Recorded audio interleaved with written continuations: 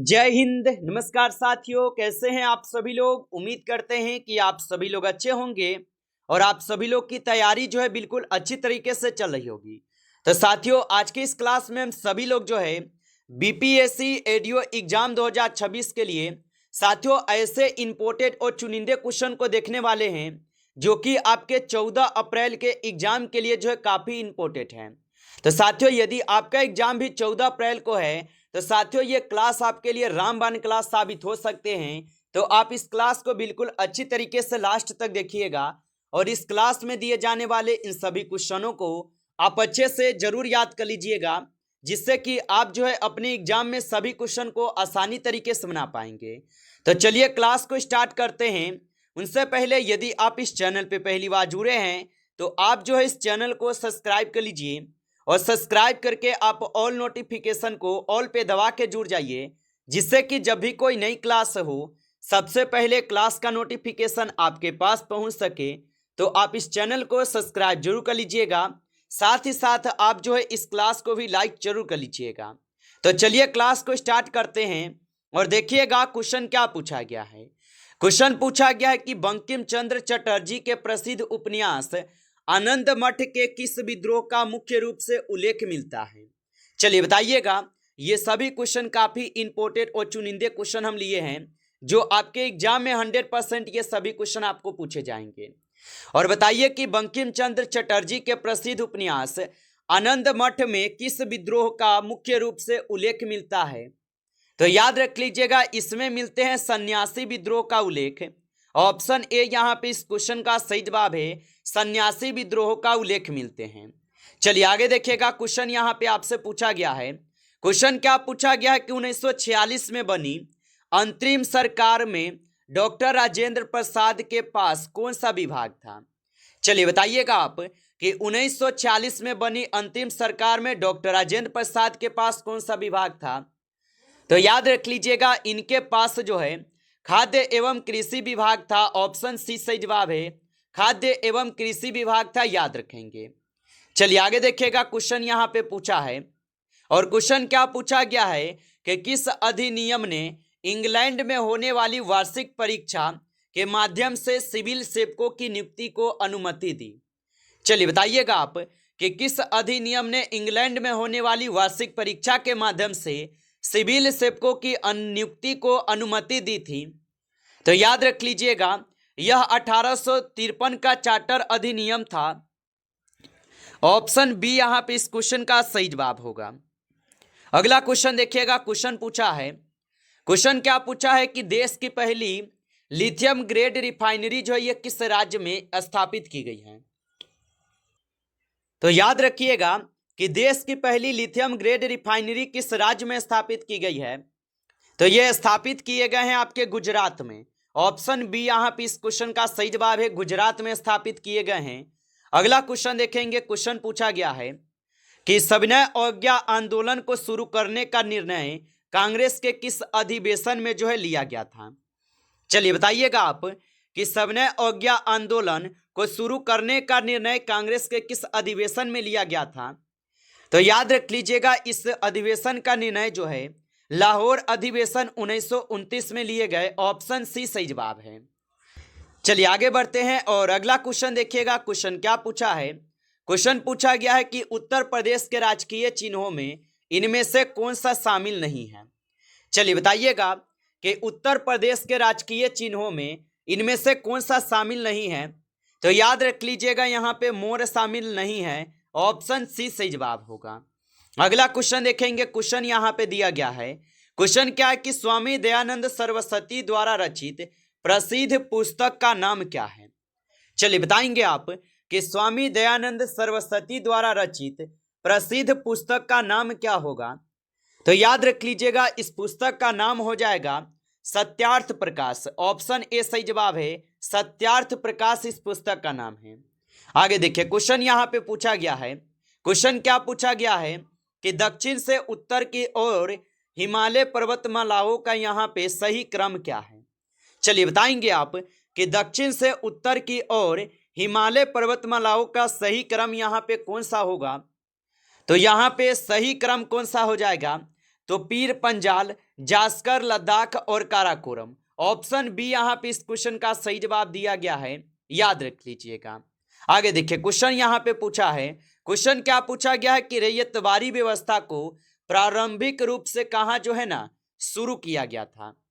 चलिए बताइएगा कि रैयतवाड़ी व्यवस्था को प्रारंभिक रूप से कहाँ शुरू किया गया था। तो इनको शुरू किए गए थे कहाँ पे, तो याद रखेंगे इनको शुरू किए गए थे आपके मद्रास क्षेत्र में। ऑप्शन सी सही जवाब है, याद रखिएगा। अगला क्वेश्चन देखेंगे, क्वेश्चन यहाँ पे पूछा है, क्वेश्चन पूछा है कि तृतीय बौद्ध सभा की अध्यक्षता किसके द्वारा दी गई थी। चलिए बताइएगा, तो तृतीय बौद्ध सभा की अध्यक्षता किसके द्वारा जो है की गई थी। तो याद रखेंगे इसकी अध्यक्षता जो है यहाँ पे किए गए थे मुगली पुत्तिस के द्वारा। ऑप्शन यहाँ पे सी सही जवाब है। आगे देखेंगे क्वेश्चन यहाँ पे पूछा है, क्वेश्चन क्या पूछा है कि अलाउद्दीन खिलजी ने दक्षिण भारत की विजय के लिए किसे नियुक्त किया था। तो अलाउद्दीन खिलजी ने दक्षिण भारत की विजय के लिए किसे नियुक्त किया था। तो यह नियुक्त किए थे मलिक काफूर को। ऑप्शन सी सही जवाब है, मलिक काफूर को नियुक्त किए थे। आगे देखेंगे क्वेश्चन यहाँ पे पूछा है, क्वेश्चन क्या पूछा है कि कर्क रेखा भारत के किस राज्य के दक्षिण से गुजरता है। बताइएगा आप कि कर्क रेखा भारत के किस राज्य के दक्षिण से गुजरती है। तो याद रख लीजिएगा यह गुजरते हैं बिहार से। ऑप्शन सी सही जवाब है, बिहार से गुजरते हैं। आगे देखिए क्वेश्चन यहाँ पे पूछा है, और क्वेश्चन क्या पूछा गया है कि प्रकाश तरंगे किस प्रकार की तरंगे होती है। चलिए बताइएगा आप कि प्रकाश तरंगे जो है ये किस प्रकार की तरंग होती है। तो आप याद रखेंगे प्रकाश तरंग जो होते हैं ये आपके होते हैं किस प्रकार की तरंग, तो अनुप्रस्थ तरंग और विद्युत चुंबकीय तरंग होते हैं। ऑप्शन यहाँ पे डी हो जाएगा इस क्वेश्चन का सही जवाब, याद रखिएगा। चलिए आगे देखिएगा क्वेश्चन यहाँ पे पूछा है, क्वेश्चन क्या पूछा है कि इनमें से कौन सी विशेषता रासायनिक परिवर्तन की नहीं है।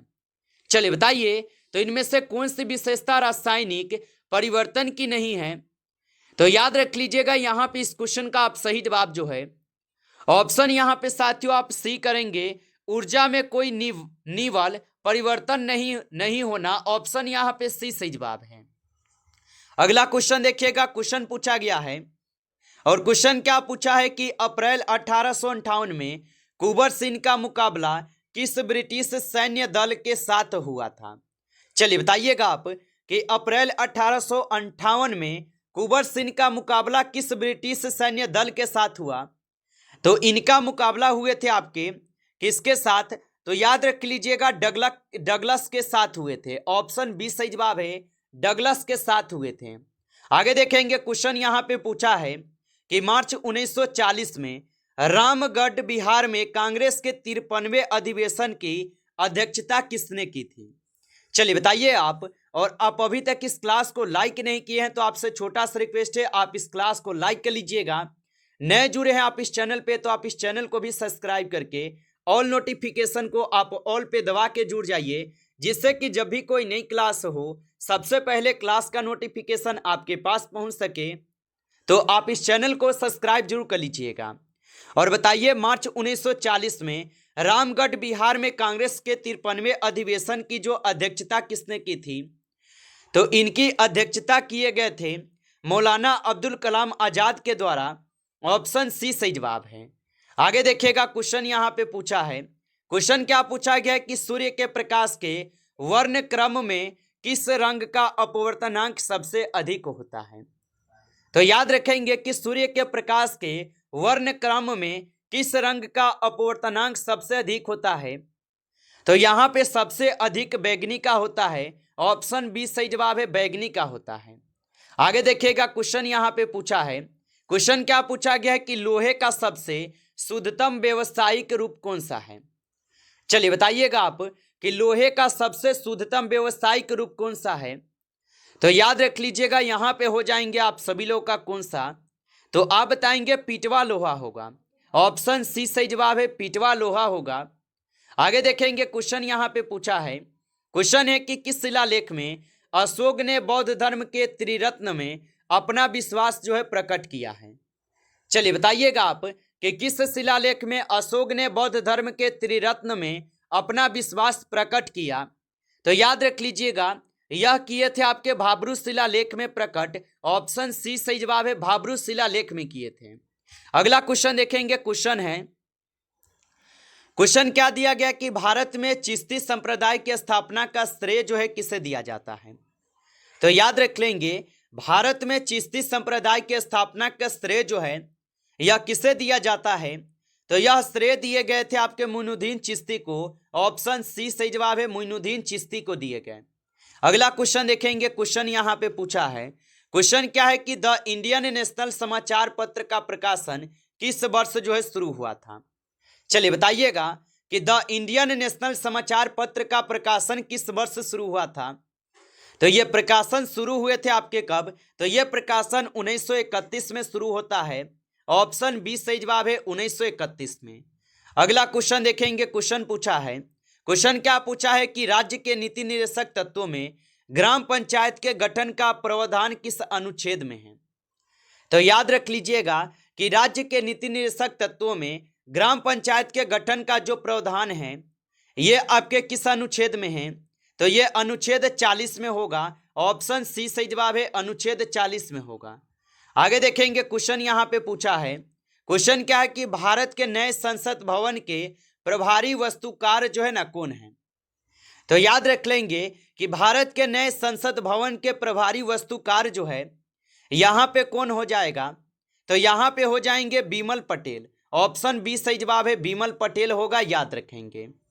चलिए आगे देखिए। क्वेश्चन यहाँ पे पूछा है, क्वेश्चन क्या पूछा गया है कि किस अधिनियम के बारे में नेहरू ने कहा था कि हमें एक ऐसी कार मिली है जिसमें ब्रेक तो है पर इंजन नहीं है?